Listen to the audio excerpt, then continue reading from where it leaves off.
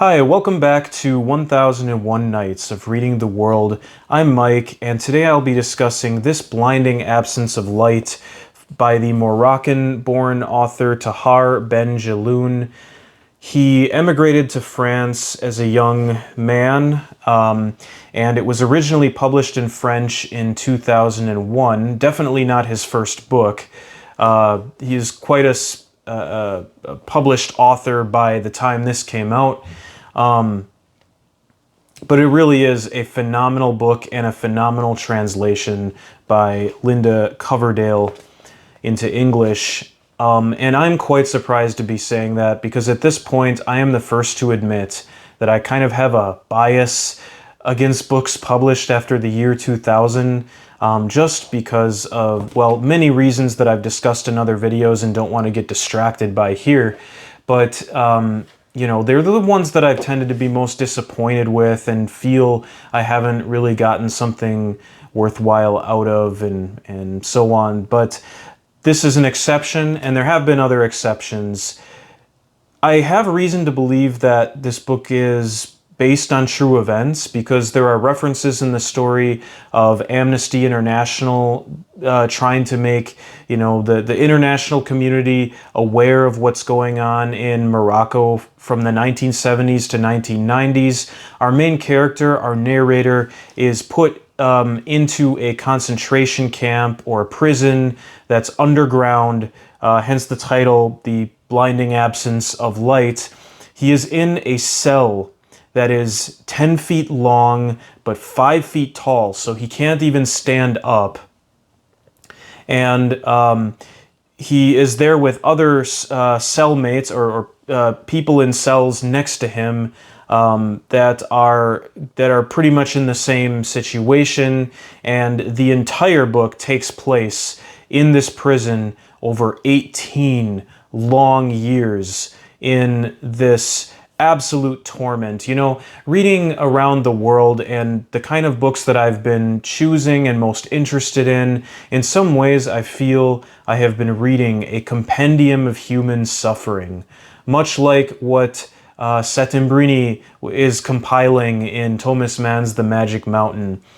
This reading around the world, reading literature, it's a compendium of human suffering. And every time I feel I've read just the most the most daunting test of human endurance, something else tops it. And it really is hard for me to imagine anything worse than this. Our narrator, Salim, and his companions in this prison undergo paranoia that the guards are trying to kill them in various ways or putting things in their food, scorpions entering their cells, diseases. It is one hellish trial after another.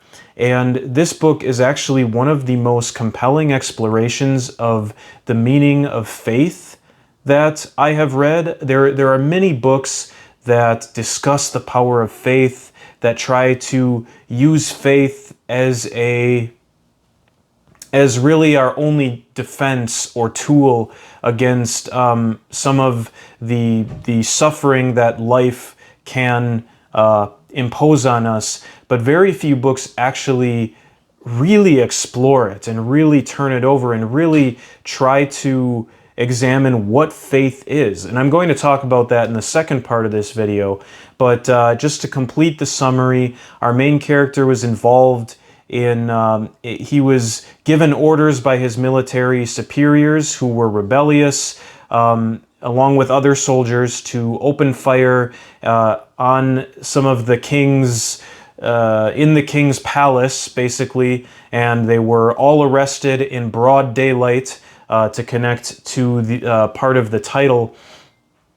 And at the same time, the main character's father is actually a jester to the king. So there's this estranged father figure, and there's mentions of the main character's mother as well. And his mother and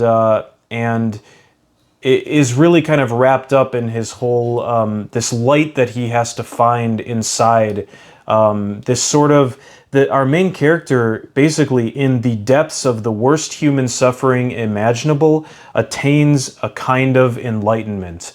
That is the most succinct way I can describe the story, is that through our main character, we find a convincing path to enlightenment in the worst human suffering imaginable. And I'm saying that subjectively, that I was entirely convinced by this character, by the scenario. I felt that I was reading a memoir. And you know, I've read in the past like Holocaust memoirs and things like that.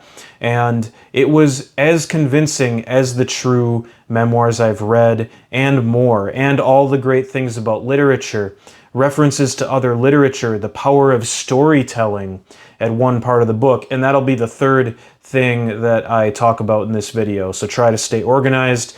The second thing I wanted to talk about, I feel like that is as good of a summary as I can give. So the second thing I wanted to talk about was that exploration of faith, and give a couple examples.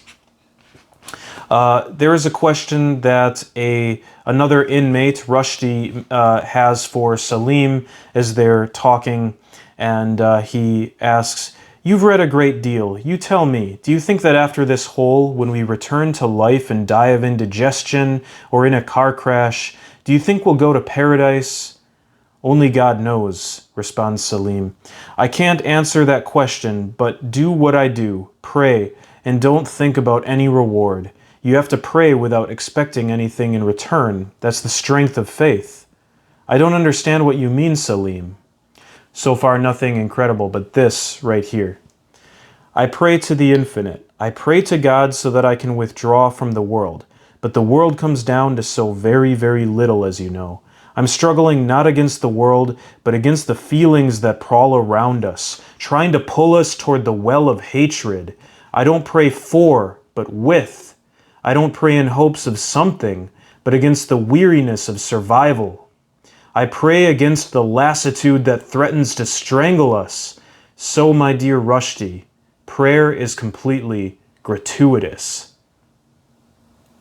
And you're welcome to listen to that again, or simply just read this book.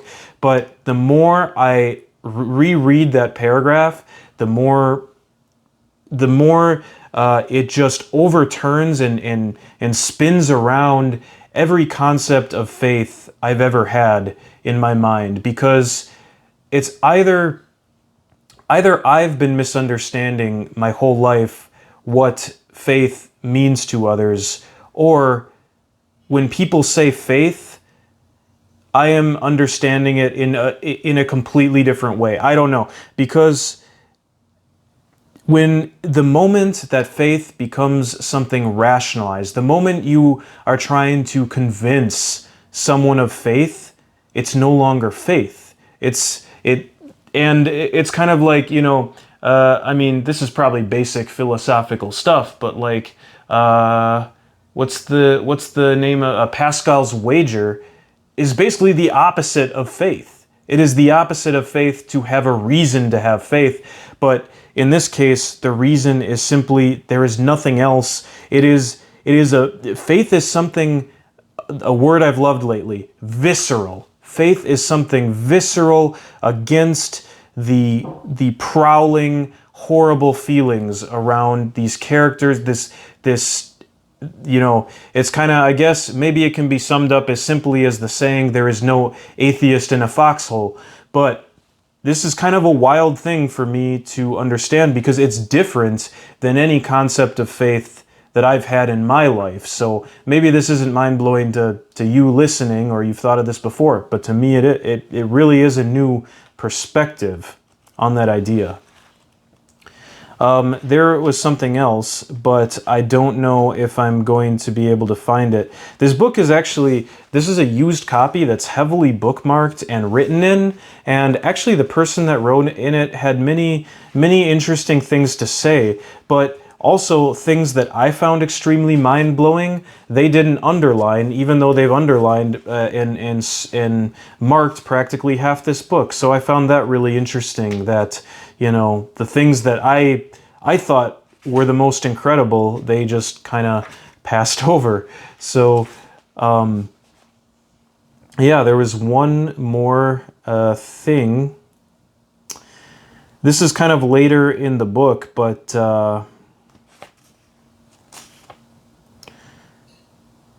yeah, you know, that's all right. I'll leave it at that. But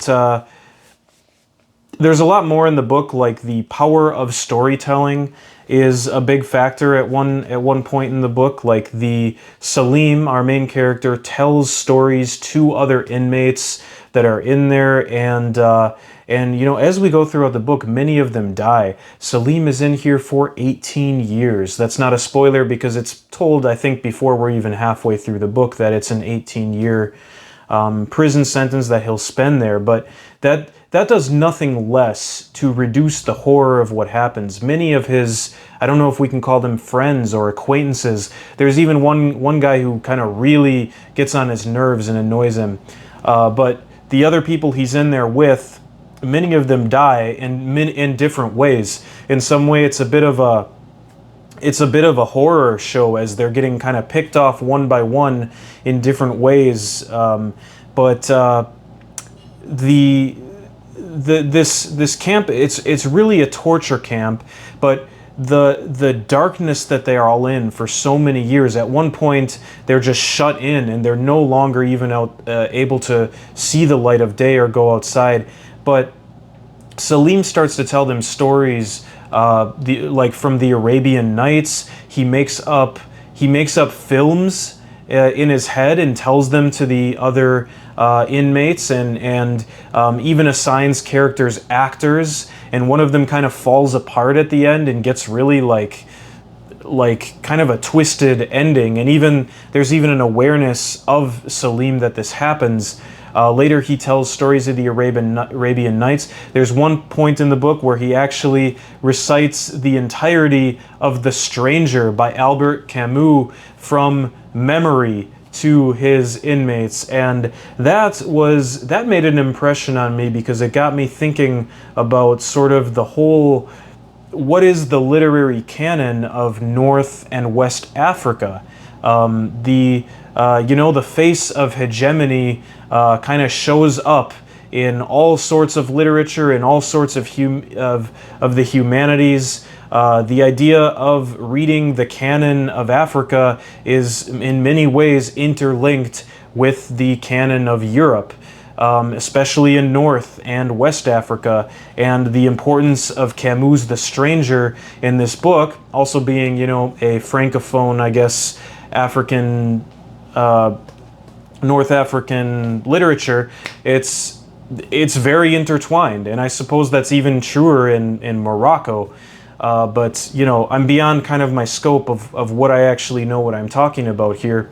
But a lot of my favorite literature, I can say confidently, from West and North Africa has definitely been translated from French and not English. In fact, this is a bit of a tangent, but I was actually thinking about this the other day, that through this project, I think I've actually read as much or more translated literature in my life. And I'm talking literature, you know, not like whatever I was reading before, nonfiction and science fiction and fantasy and stuff. But if I actually think about like world literature, I've read more translated stuff than things in English and Spanish. I've read a lot of Spanish in the original language as well.